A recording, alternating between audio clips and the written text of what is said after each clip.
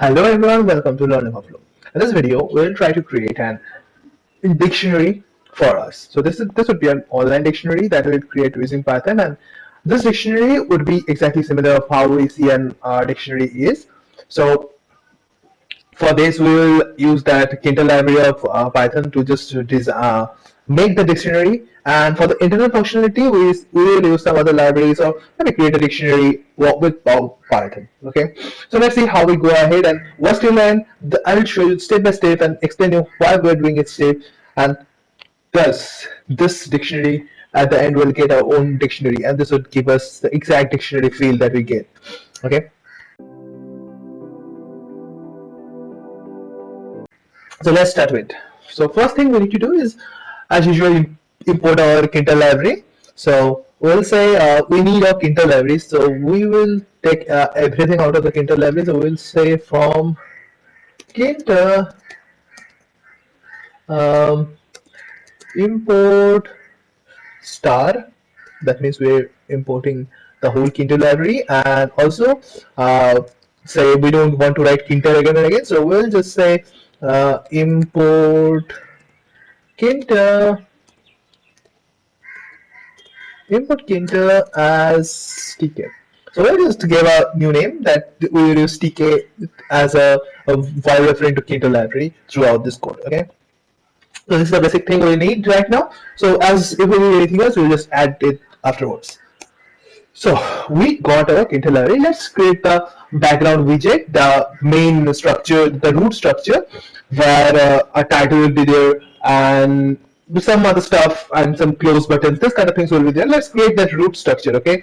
So for that we'll say root. We're just creating a widget and name it as root.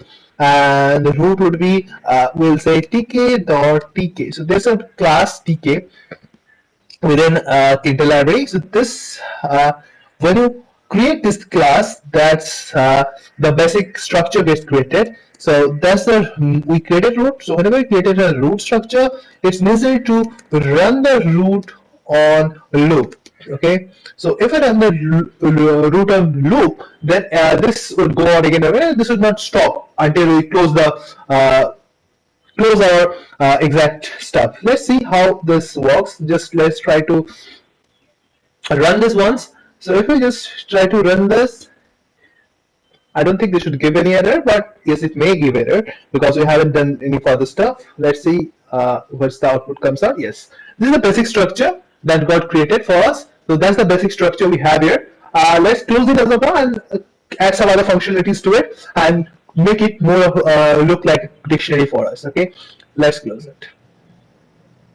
Now we got our main roots element. Okay, so when we got a root element, we saw that it had a name tk given to it initially. Let's try to change the name. So we'll say root dot title. So here is we just want to give a title and say we give learn overflow dictionary.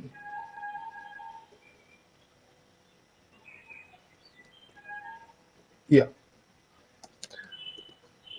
All right. So that's a nominal name that you can give. You can give any other name as well. So if we just give this name and run it again, so what do we get?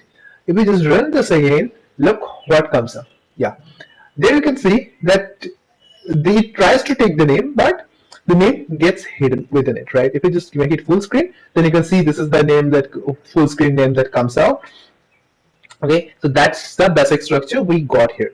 Now let's close this again and we change our name. Next thing, we need to fix the initial geometry so that our whole dictionary name gets visible for in the first case. Okay, let's say root.geometry, and root.geometry will give the exact length and breadth of this. So let's say 300 x 150. Let's try this out. Let's see how this actually shows or how this runs. Look, this actually got improved a bit, so we can actually increase it, like increase the width a bit so that our whole Learning Overflow dictionary name gets visible. Okay, we'll just increase the bit, say 350, and make it 200. look how this goes. Yeah, this is visible for us. Now that's a basic, that's a minimum width and height, the width and height that we described. When you go for the full screen mode, it's obviously visible for us. For the small screen or the minimized format, you can see this is the format. Let's close it and let's try building other stuff within the uh, our root element. Okay, so we got our root element. That's the basic thing we got. Now we need what? We need something to give our input, right? We need to provide the exact word that we want to search, right? That's the basic thing. We want to search word. This is a dictionary that we are building. So when we're building a dictionary, then we need some methods to take our inputs, to take inputs from the user. So say we want to say input, no, we cannot say name it as input because input is a keyword. So we name it as input. So this is the input that we are trying to say, get, and say this would be done by a method called entry.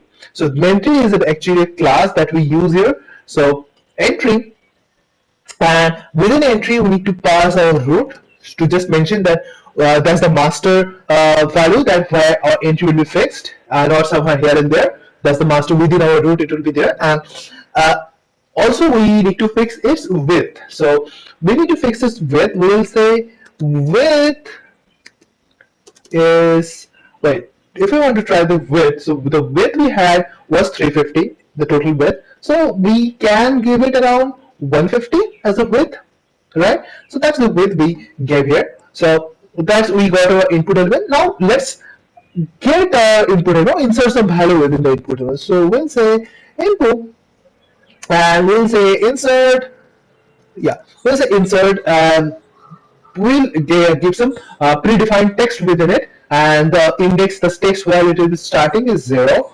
and then we'll say type your search word here.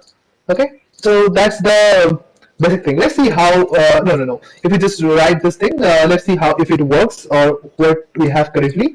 Look, we wrote something, but this is not visible in our root. Like when we're running this, this is not getting visible. So let's fix that. We'll fix that. So we will take that within our root, right? So we can do two types of things. We can actually place this within a grid or a grid-like structure, or we can actually use the pack method to place this. Okay, let's say info dot pack. Okay, we will just pack this, and if we just run the code again, you can see what happens to it. Look, this gives us a place to type our words. Okay, we need to improve this part. We need to improve this part, and we'll do that again and again, in step by step. So this is the thing we've done. But you have, if you have noticed, it's actually exactly attached to the top of the stuff that we got created. So let's place it a little bit lower in terms of y-axis. For that, we'll say I paddy, and this is actually a stuff that helps us change the y-axis of that stuff that we're adding. So let's say iPad 3. If we just run it again, you can see a difference. So look, now this gives you a small padding to you in terms of y-axis, and that's the small space you have here right now. So let's increase it a bit and run it again. You can see it more better. So look, this is a good place to just change, like to just have a good amount space. This is not looking too small, but a good considerable amount. Okay, let's close this and try other stuff. So main input area is done. Okay, we need some other things. We need a button that would actually search the result for us. Okay, we need a button to just search the result, and like some search button. So let's build this button. Say we say button btn, and we try to incorporate the button class to it. So button class is something will help us with building a button. So again, when you import a class, you need to pass the root to it. That's the basic thing you need to do. So when you pass the root to it, next thing you need to define this height and width. So height, say you want 15. Okay, height is 15. All right, then we need to give width. sorry, width, and we'll say width is say we want 50. Okay, so that's the small button that we created. No, wait, we're creating a button. Why are we giving height width? This is not necessary in a button. So in button we need this root. We don't need height width of the button. It will get done. Okay. Say we need the text here. So we'll say text, and we need to display some text like say search.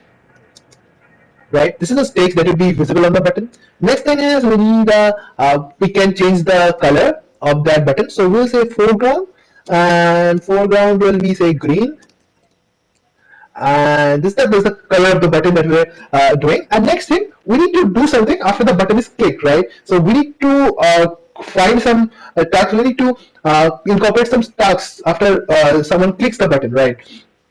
So we'll say command. So yeah, we'll say command. So when we're doing command, this actually refers to some functions, or when you're saying command, and we didn't say, if we say dictionary, so we are saying command dictionary, this actually refers to some function called dictionary. We have built a function dictionary, so we haven't built a function dictionary yet, so that's the reason it's showing an error that it couldn't find out what this dictionary is. Alright, let's keep it as it is and try to find out. Now we got a button. We need a button within our root. So something we'll say we'll have input and pack. We need to do that. So we'll say button dot pack. Okay. Let's see how it's looking for us. No, I guess this would give us an error since it cannot fix the dictionary. Yes, that's the error it would give you. No problem. Let's fix the dictionary in a bit. So dictionary is not known to the program. So let's say there and say dictionary. So that's our dictionary that we have here. Alright, so that's the dictionary, and within that we will do something. So okay, so let it be here and try to run it. So that's the error that got solved. Try to run it and see how it actually goes. Wait, indentation error? It got indentation error? Okay. I understand why it's showing an indentation error, because within dictionary we haven't written anything. Let's write anything like a equals a. Okay, just as normal thing. We didn't do anything. Let's try to see how this structure is looking for us.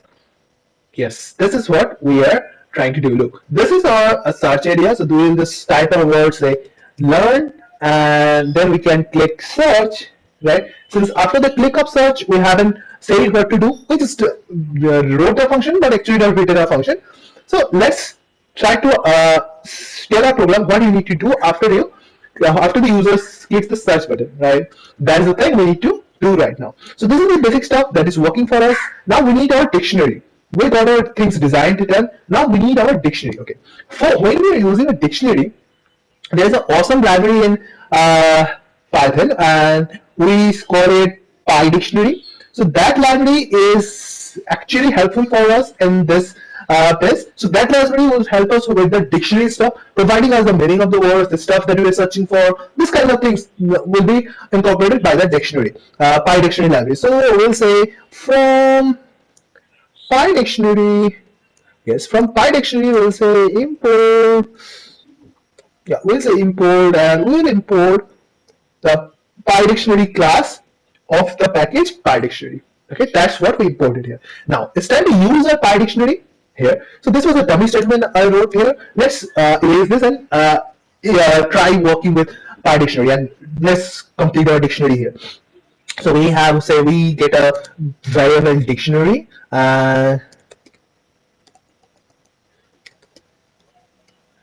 And we say we get a variable dictionary, and this variable dictionary would refer to our PyDictionary. So basically that would refer to the class PyDictionary. Okay, done. This is our dictionary, and this dictionary got initialized. Next, what we need to do, we have some word within our input. So our user gave us some word within our input. When we take that word, then we need to search the result for our word, right? So first thing, let's take that word. Okay, so we'll say a variable word, and this variable would get a word. So that was our input.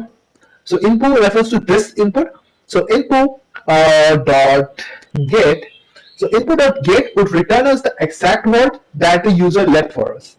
okay, before clicking the button btn. Right? Before clicking this button, whatever the user left for us in the input, that we will get in the word, variable word. Now it's time to come up with the result, right? So what the result can be? The result can be dictionary dot say meaning. So meaning is actually a part of this PyDictionary. So we just refer this by dictionary variable. So this dictionary variable, we just try to get the meaning, and this it will find the meaning of what? The meaning of the word that is provided to us. Okay. So this is return as the meaning. So this is return as the meaning. We need something to take our return, so we can store it within a variable, or we can do it in some other stuff. Okay. So uh, say we want it within a variable, but later I will just remove this. Uh, so as of now, let's get a result of the dictionary search query, and that's the result we stored there. Okay. Next thing, we need an area to show our output, right? We need some text area where our output will be shown. So let's say text. So txt and another widget that we are trying to incorporate within our stuff to just show our result. So txt will be our tk dot text. There is a library called no, there's a class called text. Yes, tk dot text. And again, when you are incorporating widgets, then is the basic thing. First, we need root to. That's the common thing we need to give root. Okay, that's the root we got. Next thing, we don't need anything, any formatting here. Just give a height and width to our particular widget, and this will do us for us. Do the stuff we're trying to do. Say we need 15, and we will give a width to it, and the width will be, say, we can give a width, if the height is 15, we can give a width of somewhat like 50. Is will change that if we find that this is not like that, not the we need more space for that, then we'll just increase the space. Now next thing, we got our text. Next thing, we need to pack the text, right? The same thing we're just doing here, that we're just showing this up for our users. Like we need to do txt dot pack. So this pack function would actually show the txt stuff on our screen. So now that's the basic block that we shown on screen. Now we need to add the end results, the exact result that we got here. Okay, so what we can do, we'll say txt dot we will insert, and this is the function we have here. So we'll say insert, and after that we need tk dot end. So tk dot end will be a variable, and this constant variable actually stops the thing we're just doing, and this is the end variable, and print out the result. Okay, for us now this is the result, so we need to print the result here. All right, so this is the result. Now let's run this. I'll improve the coding in a moment. Let's run this and see if there's an error or how this runs for us. Okay, so this is the dictionary we have here. So within this, we will say learn, and that is the word we are searching for. We'll say search, and yes, look, this is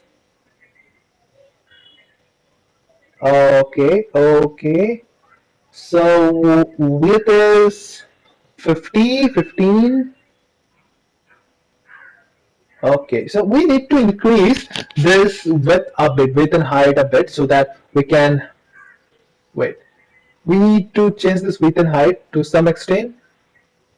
Okay, if having 50 is, I think it's not enough for us.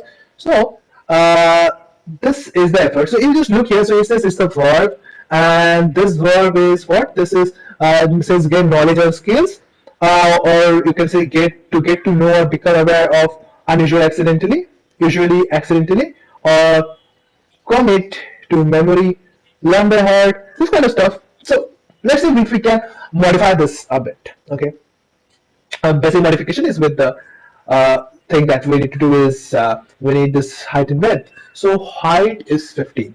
Let's say we give a height of 100. What was the root height? Root height was 200. Let's increase this to 300. Sorry, and let's increase this to 500. Okay, so this height is 50. Let's give the width as I think the width, we give the width as 500, and height is 300, and say we give the width as 200. Let's run this and try to understand how this works. Okay, look, this is the better looking better for us. say again, we'll say learn, and let's search the results. Okay, do we need some more space for that?